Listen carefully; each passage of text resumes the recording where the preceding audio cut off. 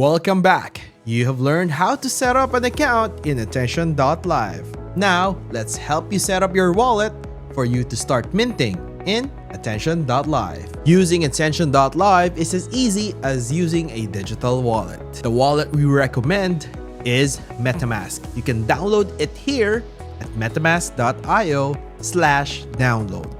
As you can see on the page, it says install MetaMask for your browser. You can go for the Chrome and the supported browsers below, which is Firefox, Brave, Edge, and Opera.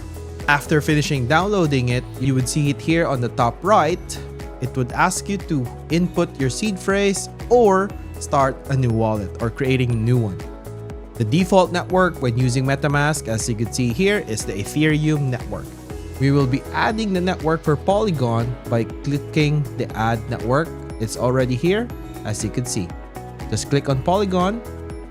Be sure to have the Polygon token or the Matic token as it was called before. Once done, let's go back to the stream.attention.live website. That's all you need for the MetaMask wallet for streaming in ATTN.LIVE. As you can see here on screen, there's also a YouTube function for you to actually record your audio for minting.